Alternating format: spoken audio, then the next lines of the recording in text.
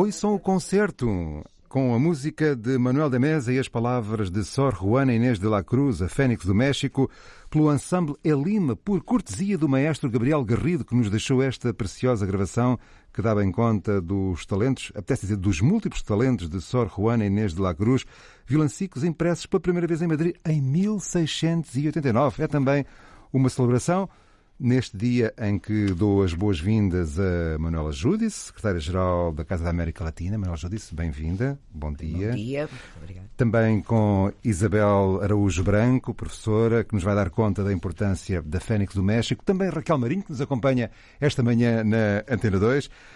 Manuela Judice, vamos lá saber, antes de mergulharmos num novo vilancico, que iniciativa é esta da Casa da América Latina? A Fênix do México também não podia escapar à casa. A 10ª musa. A 10ª? A 10ª musa. Precisaríamos saber quem são as outras 9. 9. Então, bom, e obrigada por isto, mas isto tudo nasceu por causa da presença de Portugal em Guadalajara. À medida que ia preparando o programa, de volta e meia falavam-me na Sor Juana Inês de la Cruz, e se íamos trabalhar a Sor Juana Inês de la Cruz, de vez em quando surgia uma pergunta. E eu comecei a interrogar-me quem será esta mulher e porquê que a relacionam com Portugal. Conhecia alguns poemas dela, nada que me levasse a crer que ela se relacionava com Portugal. Conhecia algumas receitas de cozinha. Sim, receitas de cozinha também. Receitas de cozinha, porque foi publicada, até já estão publicadas em livro. E não conhecia mais nada. E o desafio foi, após Guadalajara, esta relação tão boa que foi criada entre Portugal, entre a cultura portuguesa e a cultura mexicana, tem que continuar. E daí ter-me lembrado de dar continuidade a essa relação com a Sor Juana Inês de la Cruz, fazendo uma jornada, tentando perceber, tentando reunir os pedaços que nos podem permitir construir a sua relação entender a sua relação com Portugal, com a Duquesa de Aveiro, com o Padre António Vieira. As freiras da Casa do Prazer. As freiras da Casa do Prazer. Temos que tirar esclarecimentos imediatos. Estou também, exatamente, por isso mesmo, peço a Isabel Araújo Branco, que também se junta a esta emissão. Isabel, bem-vinda. Que relação era esta da Fênix do México com Portugal, já agora? Bom, nós temos... Bom dia a todos. Temos de tentar contextualizar esta personagem, porque acaba por ser uma personagem, e também o mundo em que estava envolvida, então, nomeadamente o que é um convento nesta fase, não é? Século XVII. Século XVII, e estamos também no México, em que também havia mais liberdade dentro do mundo religioso, ou de algum, do que na própria Europa, do que na própria Península Ibérica, e em que esta mulher, que basicamente era uma menina prodígio na sua infância e conhecida popularmente no México de então, é uma mulher que vai para o convento porque quer estudar. Portanto, a nossa ideia do que pode ser uma vida conventual religiosa provavelmente não bate certo com o que era esta realidade, porque ela não queria casar e ter filhos, porque sabia que isso a impediria de aprofundar os seus conhecimentos, as suas investigações, e então qual é o passo para esta mulher? É entrar num convento. E é uma mulher que hoje é recordada essencialmente no campo dos estudos literários, é uma das maiores figuras das literaturas hispano-americanas de todos os tempos, mas a verdade é que é uma pessoa que se interessa por matemática, por astronomia, por física, por mitologia clássica, e eu, pelo menos eu, continuo a ficar impressionada quando leio as suas descrições de como se interessava pelos princípios da química, haver um ovo a estrelar, por exemplo. Será um anacronismo ou faz sentido dizer que ela foi a primeira feminista do século XVII, pelo menos do continente americano? Eu tenho sempre dificuldade em dizer as primeiras ou a mais. Sim. É sem dúvida uma das mais marcantes e mais importantes. Ainda hoje é um modelo. É, sem dúvida. Ela tem, por exemplo, um poema em que coloca a questão: quem é que peca mais? É o homem que vai a uma prostituta ou é a prostituta que o faz, que se prostitui por necessidade, não é? E chega facilmente à conclusão que o único pecador ali é o homem. Defende, por exemplo, a educação das mulheres em circunstâncias particulares, mas defende toda a igualdade entre os géneros. Portanto, ler hoje Sor Juana, infelizmente nós hoje no século XXI ainda nos identificamos com muitas daquelas reivindicações, propostas, infelizmente. Então, um modelo seguramente para todos os que valorizam a igualdade das mulheres e dos homens. E agora, os tais poemas que escreveu a pedido das freiras da Casa do Prazer? Pois, porque havia esta ligação do mundo ibérico e ibero-americano.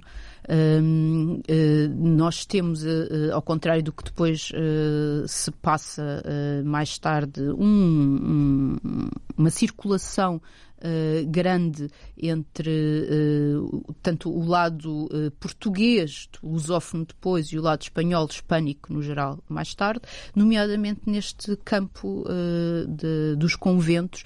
Portanto, há aqui duas figuras importantes do lado português, a Duquesa da Paredes, da Parede, que depois faz a ligação com a Duquesa de Aveiro. E há este pedido, aliás, ela escreveu desde miúda composições poéticas e teatro, peças de teatro também, a pedido. E esta é um deles. E, portanto, isso são lidas e estudadas, não sei exatamente em que termos, eu de facto não sou especialista no mundo conventual, mas são lidas, estudadas aqui em Portugal, e há essa circulação. Outros argumentos, daqui a pouco com Manuela Júdice, da Casa da América Latina, e esta jornada que vai começar na Faculdade de Ciências Sociais e Humanas, impreterivelmente às 10 da manhã.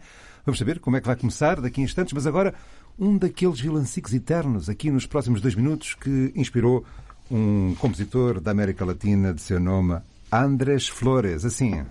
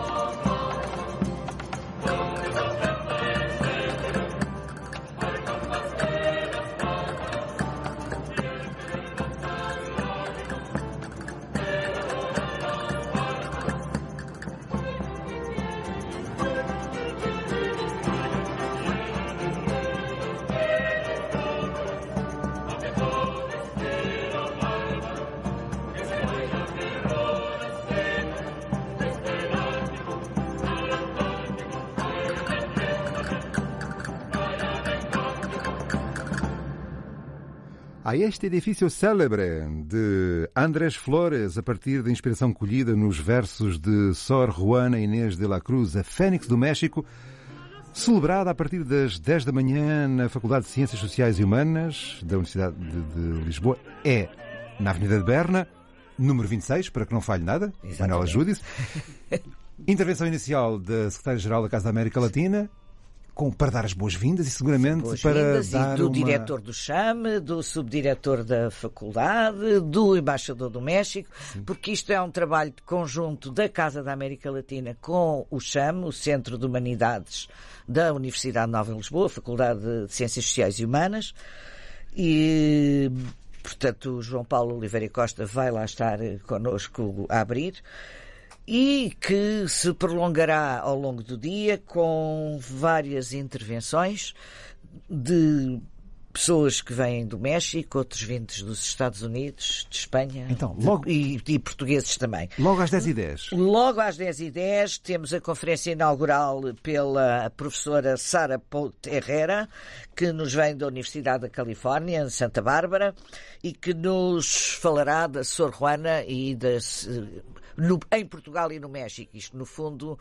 contextualizar a relação Portugal-México através da Sor Juana. O Horácio Costa, o professor Horácio Costa, que vem da Universidade de São Paulo e que nos vai falar da literatura portuguesa na Nova Espanha, quem lia a literatura portuguesa na Nova Espanha. México, Bolívia, por aí adiante, não é? E depois temos a professora Ruth Hill, que vem também dos Estados Unidos. A Patrícia Saldarriaga, mexicana, mas que também é professora nos Estados Unidos e que foi a grande ajuda minha e da Isabel Araújo Branco para preparar esta jornada. E depois entram os europeus, com as duas professoras que vêm de Espanha, uma de Barcelona e outra de Madrid, a professora Maria Milagros Rivera Garretas e a professora Gema Rivas. E da parte da tarde temos ainda o Rui Vieira Neri e a Isabel Morujão. Rui Vieira Neri, que nos vai falar da importância dos vilancicos de Sor Juana na música. Os vilancicos que vimos ouvindo aqui. Exatamente. Na sessão que vai ser moderada pela professora Isabel Araújo Branco. O que é que quer moderar exatamente Isabel Araújo Branco? Porque imagino estes dois conferencistas, Rui Vieira Neri e Isabel Morujão, mais entusiasmado ainda do que o outro, não é? Claro. É essa palavra formal da moderação, só se for a moderar entusiasmo, não é? E tentar cumprir os horários, que também é importante nestas ocasiões. Mulher sujeito, mulher objeto. O tema da intervenção de Isabel Morujão. Que será o comentário ao filme que vamos passar a seguir, que é como nós concluímos esta parte mais académica. E tem que nos dizer o título do filme, porque é todo um programa, parece um filme do Almodóvar. É verdade. A pior de todas, será o título em português, que é um filme baseado na vida daquilo que se conhece, como é evidente, da vida de Sor Juana, que tem o guião. Foi escrito por Octávio Paz, mexicano também, Nobel século XX, Nobel, grande admirador de Sor Juana, grande conhecedor da literatura hispano-americana e mundial em geral. E portuguesa. E portuguesa também tem um livro sobre o Pessoa, exatamente. Não nos esquecemos. E a Manuela Júdice não se esquece seguramente. Ajudou a editar. E portanto será essa a forma de determinar e portanto imediatamente a comunicação antes é um comentário ao filme nesse painel com portugueses. Portanto nós temos um programa repleto dos grandes especialistas internacionais sobre Sor Juana, sobre a obra de Sor Juana. Não há assim tantos. Portanto, isto é assim um momento especial, não só na história da literatura hispano-americana em Portugal, mas eu penso que podemos falar também da importância internacional deste evento com a junção de tantos estes investigadores. E são pessoas que estão a fazer investigação agora, a descobrir coisas novas, como que é o caso do professor Horácio Costa, que é um poeta importantíssimo no Brasil, um investigador importantíssimo no Brasil, que foi das primeiras pessoas a escrever sobre José Saramago. A sua tese de doutoramento é sobre José Saramago, é um dos primeiros a fazê-la, até antes do que aqui em Portugal, e que, conhecendo bem o México, onde deu aulas durante muitos anos, está agora, nos últimos tempos, nos arquivos a descobrir estas ligações de Sor Juana com Portugal. Portanto, tudo isto que nós aqui teremos e vamos aprender hoje são coisas absolutamente novas. Será que algum conferencista vai esclarecer-nos porque é que ela, pouco antes da morte, foi obrigada pelo seu confessor, reza a lenda, não sei se é verdade, a desfazer-se da sua biblioteca, dos seus instrumentos musicais? Sim. Deviam ser instrumentos da perdição? Não sei, sim. Isabel? Sim, isso... pelo menos é o que reza a lenda, não é? Exatamente. Portanto, eventualmente eles nos poderão explicar melhor, mas pelo menos a versão clássica que nós conhecemos, isso é explicado na resposta à Sor Filotea de la Cruz. Esta Sor Filotea não é uma Sor, era o bispo. Não era uma freira? Não, era o bispo. Era o homem e era o bispo. Portanto, tem esta importância hierárquica dentro da Igreja, que lhe dizia que ela estava, digamos que, a ultrapassar alguns limites, ainda para mais sendo mulher. E ela aí escreve esta resposta e em que conta, de certa maneira, é autobiográfico. Ela conta como é que em criança aprendeu a ler aos 3 anos, aprendeu latim em 20 lições, todos os seus interesses. Há muito para saber de Sor Juana Inês de la Cruz, uma iniciativa da Casa da América Latina. E o que mais podemos esperar, Manuela Judice, proximamente, no âmbito das atividades da Casa? Bom, para já, hoje vamos terminar o dia no Hotel Vila Galé Ópera, os hotéis Vila Galé e a Embaixada do México. Temos umas receitas especiais? Com receitas especiais escritas por Sor Juana, preparadas por uma chefe mexicana que reside em Portugal, e o jantar, creio que ainda deve haver possibilidade de reservar mesa, custa 20 euros e é precedido de um cocktail de boas-vindas com margarita e com rolhos de nopal com queijo, tudo isto muito mexicano e muito tentando reviver um pouco do que seria uma refeição naquele tempo no convento na Cidade do México. E é isto, que é muito? Quem sabe, em breve, a Casa da América Latina vai proporcionar-nos outras coisas, de certeza absoluta, outros países, se calhar agora a seguir falaremos de Cuba e da Colômbia, noutros vem já dentro de pouco tempo o Dia Mundial da Criança, onde vamos ter, que vamos dedicar este ano a iniciativas da Colômbia, de Cuba e também do México, mas fundamentalmente Cuba e Colômbia são os 2 países que mais investirão nestes festejos do Dia Mundial da Criança, no dia 1. Mas outras coisas seguirão, temos uma programação muito... e podem consultá-la no nosso site. Casa da América Latina. Quanto a esta jornada? Portas escancaradas, portas abertas? Portas abertas, são todos muito bem-vindos e... Aonde exatamente? No número 26 da Avenida de Berna? Vamos lá saber. No edifício ID, Investigação e Desenvolvimento, Avenida de Berna, 26, não o 26C. Portanto, não entrem exatamente pelo pátio. O acesso é feito por fora e é no 4º andar. Portanto, até tem elevador. Multiusos 2. E claro que são todos muitíssimo bem-vindos. Muito vos agradeço esta passagem aqui pela manhã da Antena 2, Isabel Araújo Branco, Manuela Judice, também Raquel Marinho, que nos acompanhou, a ponto de chegarmos a este vilancico que nos interpela para tirarmos partido dos prazeres que a vida tem para nos oferecer. Venide mortales, venide à la audiencia. Juan de Araújo, com os versos de Sor Juana Inês de la Cruz. Venide mortales, venide à la audiencia.